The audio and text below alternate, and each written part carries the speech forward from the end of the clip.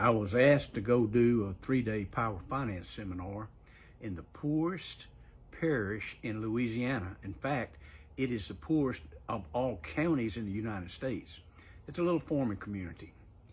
Anyway, I got to doing the messages for 3 days, and on the last days, the closing, people had come up and some various things, had given testimonies. One little 15-year-old girl started a photo business. Other people, like the farmers, they had gotten land that they were able to lease and couldn't get it before. Numerous things happened. They'd increase, they'd go to the post office, it'd be unexplained money in the mailbox. It was really fantastic, and a lot of financial miracles had taken place. In addition to that, usually when I go to preach somewhere, I'm just different from everybody else. I put $1,000 in the pot myself. As it turns out, the pastor was behind on their mortgage note for 3 months on the church, in addition to other bills, and they was going to shut off the utilities. So I took up an offering for the church.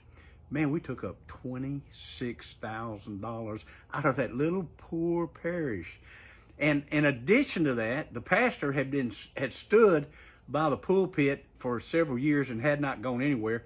In fact, this is the second time something like this has happened, except in another place. I took up $10,000 for the pastor for him and his wife to go on a vacation.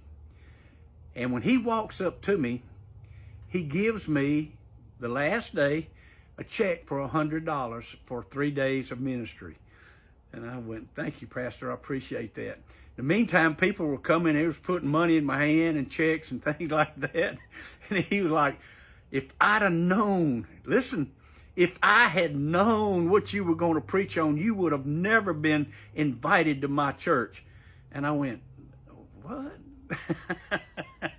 Over $36,000, got him out of debt, paid his mortgages, paid his bills, sent him and his wife on a vacation, and he wouldn't have asked me to come to his church to preach. I was flabbergasted. Well, you know, I get stuff like that all the time. I don't know what's wrong in people's heads.